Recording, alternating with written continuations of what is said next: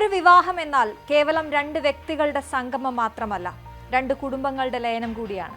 India പോലുള്ള ഒരു രാജ്യത്ത് വിവാഹശേഷം നവദമ്പതികൾ ഭർത്താവിന്റെ മാതാപിതാക്കൾക്കൊപ്പം താമസിക്കുന്നത് ഒരു പാരമ്പര്യമായി കണക്കാക്കപ്പെടുന്നു. എന്നാൽ ഈ പരമ്പരാഗത ചിന്താഗതിയെ ചോദ്യം ചെയ്തുകൊണ്ട് രംഗത്തെത്തിയിരിക്കുകയാണ് പ്രശസ്ത കൗൺസിലിംഗ് സൈക്കോളജിസ്റ്റും എഴുത്തുകാരനുമായ ഡോക്ടർ അജയ് കെ പാണ്ഡെ.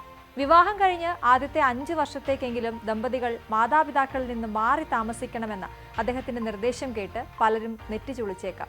എന്നാൽ ദീർഘകാലം നിലനിൽക്കുന്നതും സന്തോഷകരവുമായ ഒരു ദാമ്പത്യ ജീവിതത്തിന് ഈ വേർപിരിയൽ അനിവാര്യമെന്നാണ് അദ്ദേഹം സ്ഥാപിക്കുന്നത്. സങ്കീർണമായ ജീവിത പ്രശ്നങ്ങളെ മറികടക്കാൻ ആയിരക്കണക്കിന് ആളുകളെ സഹായിച്ച പരിചയസമ്പന്നനായ ഡോക്ടർ പാണ്ഡെ എപ്പോഴും നിങ്ങളുടെ ഭാര്യയ്ക്ക് മുൻഗണന നൽകുക എന്ന തലക്കെട്ടോടെ പങ്കുവച്ച പോസ്റ്റ് ദാമ്പത്യ ബന്ധങ്ങളിലെ ചില അടിസ്ഥാനപരമായ കാര്യങ്ങളെക്കുറിച്ചുള്ള ഒരു പുതിയ ചർച്ചയ്ക്ക് വഴി തുറന്നിരിക്കുകയാണ്. എന്തുകൊണ്ടാണ് അദ്ദേഹം ഈ ഉപദേശം നൽകുന്നതെന്നും ദമ്പതികൾ ശ്രദ്ധിക്കേണ്ട പ്രധാന കാരണങ്ങൾ എന്തൊക്കെയാണെന്നും നമുക്ക് വിശദമായി പരിശോധിക്കാം. പുതുതായി തുടങ്ങുന്ന ഒരു ബന്ധം എങ്ങനെ ശക്തമായ അടിത്തറയിൽ പടുത്തുയർത്താം എന്ന് വ്യക്തമാക്കുന്നതാണ് അദ്ദേഹത്തിന്റെ നിർദ്ദേശങ്ങൾ. പങ്കാളിക്ക് മുൻഗണന നൽകുക.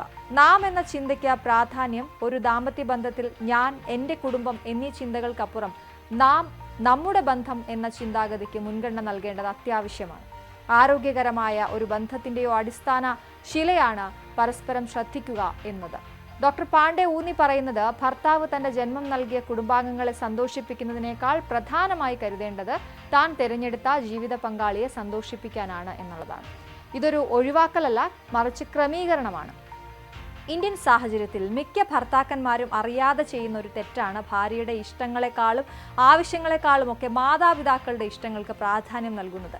ഇത് ഭാര്യയെ അവഗണിക്കപ്പെടുന്നു എന്ന തോന്നൽ ഉണ്ടാക്കുകയും ബന്ധത്തിൽ വിള്ളൽ വീഴ്ത്തുകയും ചെയ്യും. മാതാപിതാക്കളിൽ നിന്ന് മാറി താമസിക്കുമ്പോൾ ഭർത്താവിന് യാതൊരു സമ്മർദ്ദവുമില്ലാതെ ഭാര്യയുടെ ആഗ്രഹങ്ങളെയും ആവശ്യങ്ങളെയും ശ്രദ്ധിക്കാനും ഭാര്യയ്ക്ക് പ്രഥമ പരിഗണന നൽകാനുമുള്ള അവസരം ലഭിക്കുന്നു. ഒരു പുതിയ കുടുംബത്തിന്റെ തല എന്ന നിലയിൽ ഭർത്താവിന് തന്റെ പങ്ക് കൂടുതൽ നന്നായി നിർവഹിക്കാൻ ഇത് സഹായിക്കും. 2. ആത്മവിശ്വാസം വളർത്തിയെടുക്കൽ. പിന്തുണയുടെ അന്തരീക്ഷം നവദമ്പതികളെ സംബന്ധിച്ചിടത്തോളം പുതിയ ചുറ്റുപാടുകളുമായി പൊരുത്തപ്പെടുക എന്നതൊരു വെല്ലുവിളിയാണ്. പ്രത്യേകിച്ച് ഭർത്താവിൻ്റെ വീട്ടിലേക്ക് കടന്നു വരുന്ന ഭാര്യയ്ക്ക് ഈ സാഹചര്യത്തിൽ ഭർത്താവിൻ്റെ ഭാഗത്തു നിന്നുള്ള ഏതൊരു വിമർശനവും അത് തിരുത്തലിൻ്റെ രൂപത്തിലാണെങ്കിൽ പോലും അവരുടെ ആത്മവിശ്വാസത്തെ തകർക്കും. ഒരു വ്യക്തിപരമായ ഇടം ലഭിക്കുമ്പോൾ പങ്കാളിയുടെ തെറ്റുകൾ എടുത്തു പറഞ്ഞ് തിരുത്തുന്നതിന് പകരം നല്ല കാര്യങ്ങളെ അഭിനന്ദിക്കാനും പ്രോത്സാഹിപ്പിക്കാനും ഭർത്താവിന് സാധിക്കും. വിവാഹത്തിന്റെ ആദ്യ നാളുകൾ പരസ്പരം മനസ്സിലാക്കാനുള്ളതാണ്. കാര്യങ്ങൾ ചെയ്യുന്നതിൽ പങ്കാളിക്ക് സ്വന്തമായ ശൈലി ഉണ്ടാകാം. അതിനെ അംഗീകരിക്കുകയും ആവശ്യമായ സുരക്ഷിതത്വവും ആരോഗ്യകരമായ അന്തരീക്ഷവും ഒരുക്കി നൽകുകയും ചെയ്യുന്നതിലൂടെ ഭാര്യയുടെ ആത്മവിശ്വാസം വർദ്ധിക്കുന്നു. നീ ചെയ്യുന്നതെല്ലാം ശരിയാണ് എന്നതിന് പകരം ഞാൻ നിന്നോടൊപ്പമുണ്ട്, നമുക്ക് ഒരുമിച്ച് പഠിക്കാം എന്ന പിന്തുണയാണ് ഇവിടെ ഭർത്താവ് നൽകേണ്ടത്. ഇത് ദമ്പതികൾക്കിടയിൽ ഒരു ശക്തമായ കൂട്ടുകെട്ട് വളർത്തിയെടുക്കാൻ സഹായിക്കും. 3ാമത്തെ പോയിന്റ്, ആചാരങ്ങളെക്കാൾ പ്രണയത്തിന് പ്രാധാന്യം കൊടുക്കുക.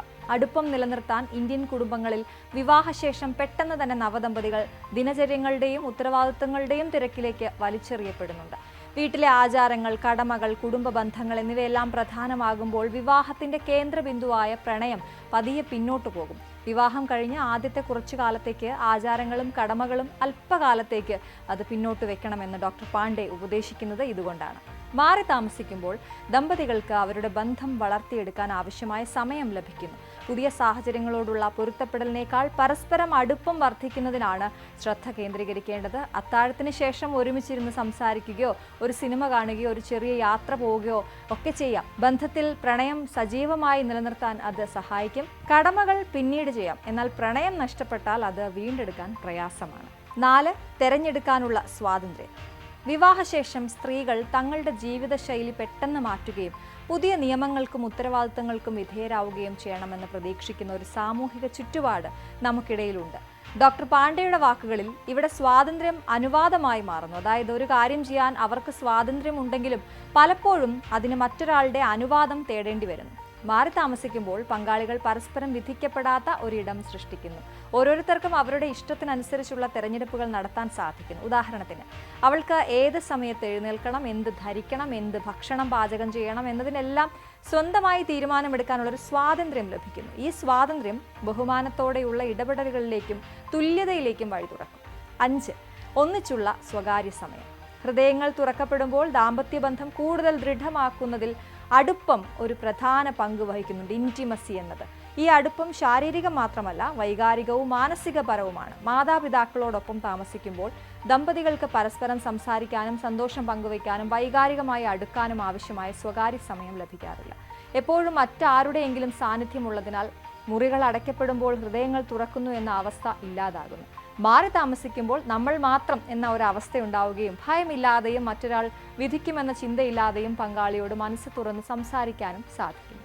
ഡോക്ടർ പാണ്ഡെ പറയുന്നത് പോലെ വാതിലുകൾ അടയ്ക്കപ്പെടുമ്പോൾ ഹൃദയങ്ങൾ തുറക്കുന്നു.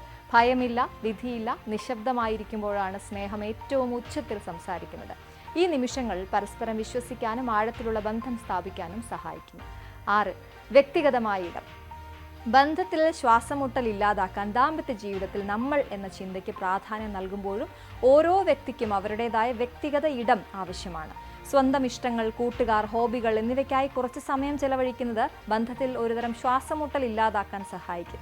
എപ്പോഴും പരസ്പരം ഒട്ടിയിരിക്കുന്നത് നല്ലതല്ല. മാതാപിതാക്കളുടെ സാന്നിധ്യത്തിൽ ഭാര്യയ്ക്ക് അവരുടെ വ്യക്തിപരമായ കാര്യങ്ങൾക്കായി സമയം കണ്ടെത്താൻ ബുദ്ധിമുട്ടുണ്ടാകും. എന്നാൽ ഒറ്റയ്ക്ക് താമസിക്കുമ്പോൾ അവൾക്ക് അവളുടെ ഹോബികൾ തുടരാനും സ്വന്തം ഇഷ്ടങ്ങൾക്കായി സമയം ചെലവഴിക്കാനും ഒക്കെ സാധിക്കും. അതുപോലെ ഭർത്താവിനും അവൻ്റെ വ്യക്തിപരമായ ഇടം ആസ്വദിക്കാം. ഈ ആരോഗ്യകരമായ അകലം പങ്കാളികൾ തിരികെ വരുമ്പോൾ കൂടുതൽ ഉന്മേഷത്തോടെയും സ്നേഹത്തോടെയും പെരുമാറാൻ സഹായിക്കും. 7. സ്വതന്ത്രമായി ജീവിക്കുക. ദാമ്പത്യത്തിൻ്റെ അടിത്തറ കെട്ടിപ്പടുക്കാൻ വിവാഹത്തിന് ശേഷമുള്ള ആദ്യത്തെ 5 വർഷം ഒരു ദാമ്പത്യത്തിൻ്റെ അടിത്തറ നിർമ്മിക്കുന്ന കാലഘട്ടമാണത്. ഈ സമയത്ത് ബാഹ്യ ഇടപെടലുകൾ ഇല്ലാതെ ദമ്പതികൾക്ക് പരസ്പരം മനസ്സിലാക്കാനും ഒരുമിച്ചൊരു പൊതുവായ ധാരണ വളർത്തിയെടുക്കാനും സാധിക്കണം. മാതാപിതാക്കളിൽ നിന്ന് മാറി താമസിക്കുന്നത് ഈ ധാരണ വളർത്തുന്നതിൽ നിർണായകമാണ്.